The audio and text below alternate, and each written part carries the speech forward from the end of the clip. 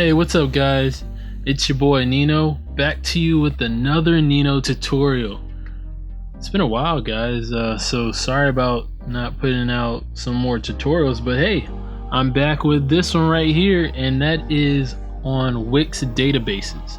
So each collection or database that you have is easily manageable. I mean, I really do enjoy this feature. I use it a lot for my websites and for my clients' websites and all of that stuff, but I just think that this is very important, especially if you want to take charge of your own data and if you want to get creative on the other type of side. So this is more than a beginner's level, but I will keep it at a beginner's level because, you know, it's a lot confusing once you get to the intermediate to expert level or beyond, like the advanced level course.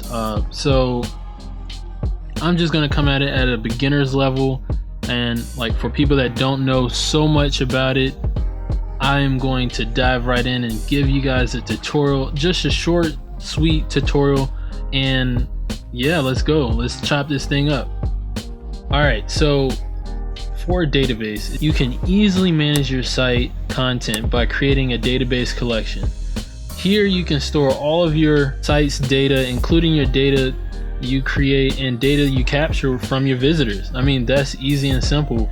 If they have to fill out like a form, or if you have to display some data for them to actually go to that form, or even if it's just a simple subscription. You know, if you want to bypass the subscription that Wix offers you, which I will actually go into another tutorial, so once I put that up, it should be in the right hand corner for you guys in that information, and you can go straight to that tutorial.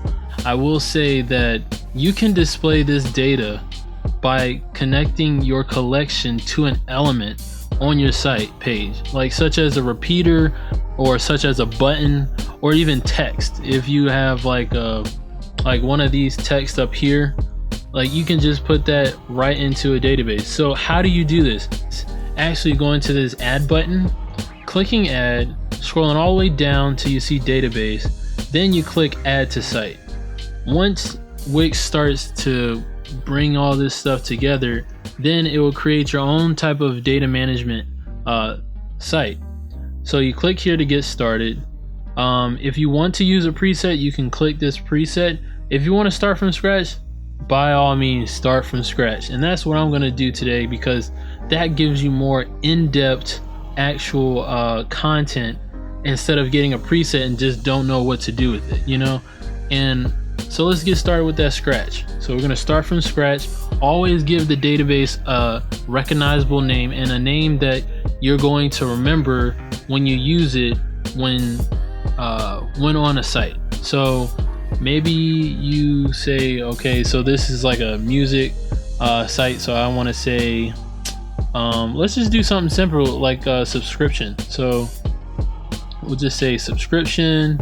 Okay, and here, right here, it says what's the database collection for. So this could be for like any type of visitor that comes to your site, or for a membership only, or if you just want an admin of your site to just look at it themselves. So you have all of these options, and you know, site content, they actually give you a description about how the form is actually going to be used, or how the database is going to be used. And so you have your general permissions, you have your site permissions, and then you have your other permissions, which is like private data, or you want to customize your use. So since all of these here are explanatory and self-explanatory to you guys, hopefully you guys will actually understand that. I'm not going to go that much into detail, but basically you can create site content from this, form submission, membership generated content, members only content, or members only form submission. And then you can have your private data, which is only access to your admin. And then you can have a custom usage, whether you want it to be accessible to your admin and you want to be accessible for visitors to see, but then you want only your members to see this one thing. So it's a whole bunch of hoopla. And so I think that it's very good to actually dive into custom usage. So we'll go to custom usage, and then here we'll have to set those custom permissions. So these permissions are here. You have the collection type, which is I'm doing is custom usage, but who can read this content? Well, if I'm creating a subscription, I want only admin to actually see that. I don't want anybody else to see that. Who can create this content? So I want anyone to create this content because they can give me all of their emails or their phone numbers, stuff like that, if they choose to do so. And then who can update content from this collection?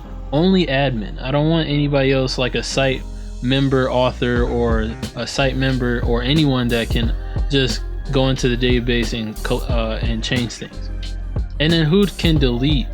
Definitely admin. So basically, these are all of the permission roles that Wix has to offer, and I think these are really great. So I'm going to sit here and set and create a collection. Boom, my collection is made. Now you can come here to filter, the sort, and to see visible fields or things that are hidden. You can unhide those, such as your ID, your owner, or created date or updated date. And what I like to do is I like to keep created date up there just because it gives me a sense of like, oh, when did this subscription happen, and I can track it easily that way. So you go in here, you have title here. What you can do is click on these three dots right here, and this will give you abilities to sort, filter, to pin that item, or to manage that field. And what you want to do is manage that field. Once you manage that field, only thing you can change is the field name. Okay, you can't change anything else connected to that, but this is just a beginner's level, so that's why you can only see this. At advanced level, you can see more in detail about how the actual field name is connected. But right now, since we're doing the beginner levels course, we're just gonna change this to subscriber. Okay, and then we can update that text. Okay, so it's a text file and we can update it. So that is the subscriber. Now do I want the subscriber to be the email, or do I want it to be their name? And in this case, I want it to be their name, because then I can create another field what has all these field types here. You have your reference, whether you're trying to connect one database to another database. You have your text, which is just a text file, your number, your audio, your booleans, which is true or false, just a click on and off type of button. You have your date and time, then you have your documentation, your image, your media gallery, your rich text. That means if you want to get creative with putting bold letters there, or any type of color towards it, or italicized underlinings and links on there, you can do all that through rich text. You got tags, you got time, you got URL, and you got video. I'm going to go more in depth with all of those in other tutorials, but right now I'm just going to keep it as text, okay, because we all need that as simple as that. And then what I'm going to do is I'm going to change the field name to email. Okay, this will be the email that I'm collecting from the subscriber. So here I want to add another item, which is the phone number item. Okay, so I want to actually create phone number field, and I don't want it to be just text. I mean, we can just make it text actually, because if you click number, that's just going to be whole numbers or integers, and we don't want that, so we're going to click with text. Okay, then we're going to click add, and boom, we have our phone number. Now that I have all of this information that I need to collect from my visitors, now we want to actually create a form. So you click this exit button right here, you go straight to add data elements, okay, and then you want to put a data set onto your page. Well, first let me create another page. Alright, so I created a new page, and now I want to create a form data set. So that means that I want to write all of the information from my visitor and put it into data elements. Put it into my data set. So what I want to do here is I want to click form data set. Okay, now in these settings, you click on the settings, you go straight to your connect a collection. Okay, you click on your collection name, which is subscription in this case. Then you can create this type of mode, whether you want it to be write only, you want it to be read only, or you want it to be read and write. I suggest that you guys keep it write only because they're only submitting a form. Okay, once you have that form submitted, you can do a lot of stuff with filtering and sorting once you turn on the read or read and write choice in mode. Now drag this all the way over to the side because you don't want that to be messing around with what you got going on in the middle of the page. So here, let's add a little bit of user inputs. So you go down here to user input, and then you select an input text item. Okay, so I'm going to choose this one. You add it to your page, and this is where your information will be stored in. Okay, I will go more in detail about user inputs later, but for right now, just to show you a brief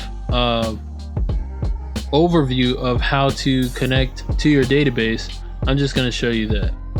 So I press Control D to make 3 options. Okay, right here, which I didn't want to make 3, actually I just want to make 2 because I only have my email. Well, no, I will have my name, the email, and the phone number, optional. Okay, so here we're gonna go into here, and I'm going to create the form just quickly for you guys. All right, so I just made the form. Okay, this doesn't look even, but okay, here we go. Now I will go here to add, and I will click buttons. Okay, I'm gonna go straight to my buttons. I'm gonna add a cool looking button. So this one, I'm gonna grab this one, put it right here, smack dab right there. I'm gonna change the text, okay, to subscribe. All right, so here we have that. We have the subscription. All right, boom, we have our form laid out. Now how to connect these is to go right here to your data set to connect to your data set. You click that. It automatically puts it to the first data set that you put onto your page. And so I have it already here on the page. That's great. I don't have to do anything for this section. Now to make the connection options, I need to connect this value to one of the data fields in my data set. And so I'm going to put this as subscriber, and then the next one I'm going to put here and connect it to email, and then the next one I'm going to connect to phone number. All right, so I got all of that cleared. Now how can I submit this form? Well, the way that you can submit this form easily is by going here to click on the button, then you have a connect to data. Okay, click on that, then you have a click to action, which will connect you to that data set and save that information into your data set. So you click here, you click submit. Okay, then if you want to be fancy, add a success message or add a failure message. I suggest that you both click those, okay, and then drag them to the appropriate place that you want it, so that people will know if the submission was submitted or not, or if it failed and they need to fill out more information or put it in the right type of format. Now here, when it's successful, I tend to stay on that page because then they can see the submission message. But for this tutorial, since they subscribed, they don't need to stay on this page any longer. So I think I can connect that to a link. You can also connect it to any type of fields that you have in here if it's connected to a dynamic page, and I will talk more about that at the end of this tutorial. So you click here as link, okay, then you go down here to choose a link, which I will take it back to my home page. All right, so click done. Now you don't need the label to connect to anything, but if you did have like a data set that was populating information onto your website, you would click this label in order to connect it to one of the fields here if you have data already put in. But as for us right now, we're just writing into the data set, so we do not need to actually connect this to any type of field. Now we're almost done. Okay, whew, almost done. Now what we can do here is test it, and the way that we'll test it is by going to preview. Okay, click on preview, then type in your information, and then I have this phone number here as optional. I'm not going to put any phone number there, and I'm going to click subscribe.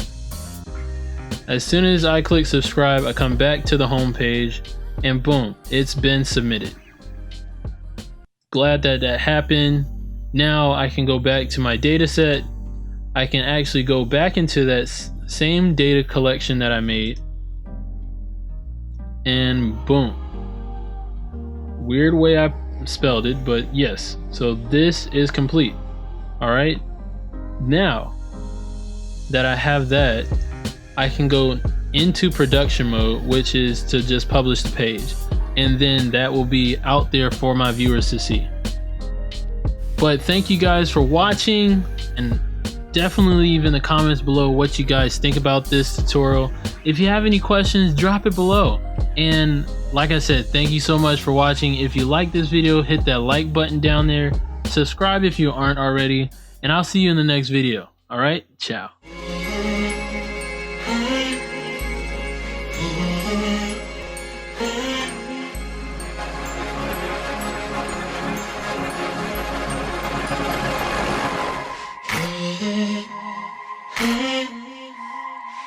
Yeah.